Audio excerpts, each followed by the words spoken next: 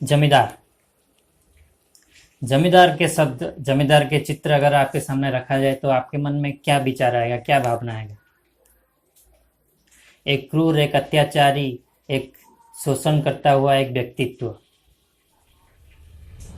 हाँ दोस्तों, हमारे इतिहास में या फिर कोई भी फिल्म हो, कोई भी सीरियल हो, जहाँ पर हम जमींदार को देखते हैं तो एक क्रूर होता है, बहुत ही अत्याचारी, लोगों को शोषण करता हुआ एक जमींदार को हम देखते हैं। लेकिन ऐसे भी जमींदार थे जो कि लोगों के हित के लिए,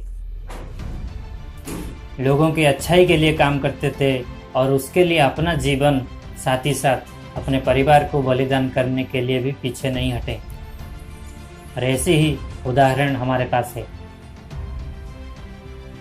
गुरु गोविंद सिंह के बारे में आप लोग जानते होंगे, जो कि अपने धर्म संस्कृति रक्षा करने के लिए खुद के साथ ही साथ उनके चारों बेटों ने अपना कुर्बानी दी थी। उसी तरह है ये जमींदार और उनके परिवार, सब लोग लोगों के अच्छाई के लिए और अंग्रेज को अपने जगह से दूर करने के लिए और देश की स्वतंत्रता के लिए अपना जीवन को उत्सर्गीकृत किए थे। तो ऐसे ही एक जमींदार के बारे में मैं आज आपको बताऊंगा मेरे इस चैनल, मेरे इस मोटिवेशनल सीरीज सच्ची कहानी में। आप लोगों को स्वागत करता हूं मैं सौम्यरंजन, मेरे चैनल स्प्लेंडेड ड्यूट्स में, जहां पर मैं महान लोगों के जीवन के प्रेरणादायी घटना को आपके सामने बताता हूं, जहां से आप प्रेरणा ले सकें। तो 1857 की बात है, जब अंग्रेज सरकार ने टैक्स को, जो कर अदा कर रहे थे लोग से, उसको 8 गुना बढ़ा दिया और जमींदार को ये सब नोटिस भेज दिया। तो उसी समय ये जो जमींदार थे, ये थे संबलपुर के घेंस इलाके के जमींदार, उड़ीसा के संबलपुर। तो उन्होंने साफ तौर से इस मना कर दिया और अंग्रेज के विरोधी वाला जो लिस्ट था, उसके हट लिस्ट में इनका नाम भी आ गया।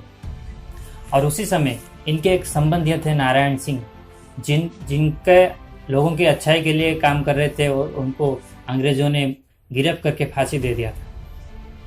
और ऐसे ही कुछ घटनावली उनके आसपास घटे, जो कि उनके मन में अंग्रेज को विरोध करना, उनके विरोध में आंदोलन करना, इसके लिए प्रेरणा जगाई।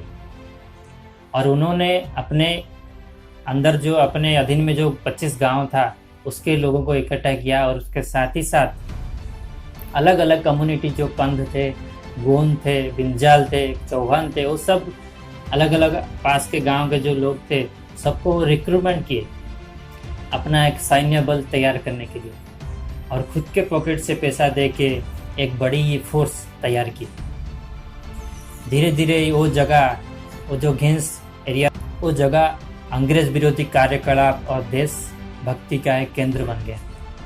उसी समय वीर सुरेंद्र साय, जो कि जेल से भाग निकले थे, और संबलपुर अंचल में ही उन्होंने अंग्रेज के विरोध में जंग की ऐलान कर दिया। तो ये जमींदार इकट्ठा होकर अपना सैन्य बल और अपने परिवार और संबंधी चारों पुत्र सबको लेके उस जंग में शामिल हो गए, अंग्रेज के विरोध विद्रोह करना शुरू कर दिया। तो ये महान विप्लवी जमींदार थे माधो सिंह, जो कि संबलपुर के घेंस जमींदारिन के जमींदार। तो वो लोगों ने तैयार किया कि सिंगारा घाटी को रोकने के लिए, सिंगारा घाटी एक महत्वपूर्ण जगह था अंग्रेजों के लिए, जिस रास्ते से नागपुर से अस्त्र शस्त्र, गोला बारूद, बंदूकें अंग्रेज लोगों ने यहाँ पर लाते थे ताकि वो विद्रोह को दमन कर सके।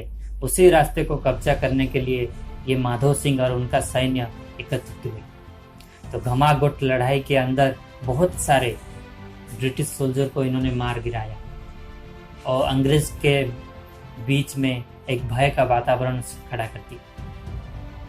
तो इनको दमन करने के लिए कैप्टन वुड नाम के एक अंग्रेज अधिकारी आए, एक बड़ा सा सैन्य लेके, लेकिन इनके सामने उनको घुटना टेकना पड़ा और बुरी तरह से क्षतक्त होके वहाँ से जान बचा के भाग निकले, केवल ये बात नागपुर तक पहुंचाने के लिए कि ये रास्ता को आंदोलनकारी विद्रोही ने बंद कर लिया है। तो इसे लगातार युद्ध करते रहे माधव सिंह और उनके सब पुत्र और सैन्य बल।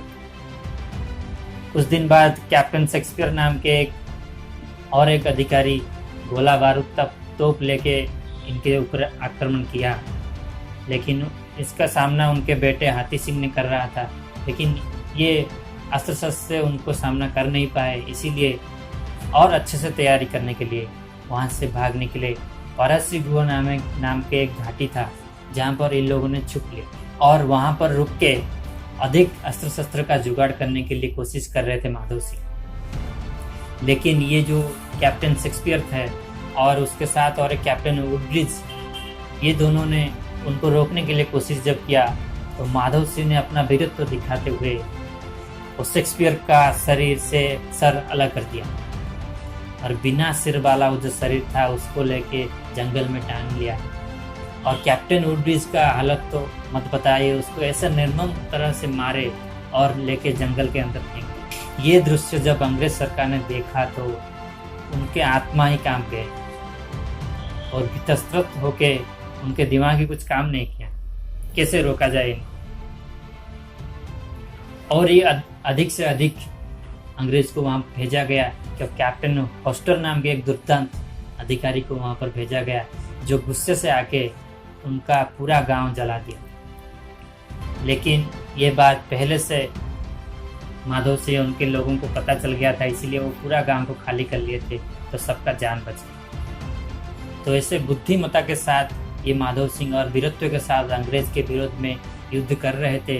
लेकिन 72 साल के ये आदमी लगातार युद्ध करते करते थक गए, इसीलिए एक दिन विश्राम कर रहे थे और उनके लोग कहीं अलग जगह में थे। तो हमेशा भारत के वीरत्व के और लोगों के पतन के कारण विश्वासघातक बने हैं।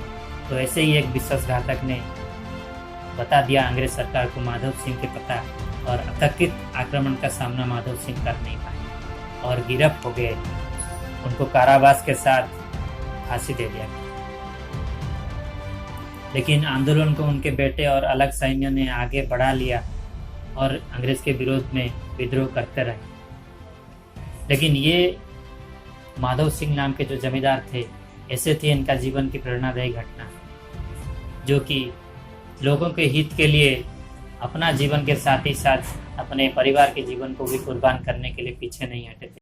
लेकिन उनके पुत्र के बारे में भी और अच्छा कहानी है जो कि बहुत ही प्रेरणा दे सकते हैं, वीरत्व भरा कहानी है, लेकिन उसको मैं अलग वीडियो में बताऊंगा।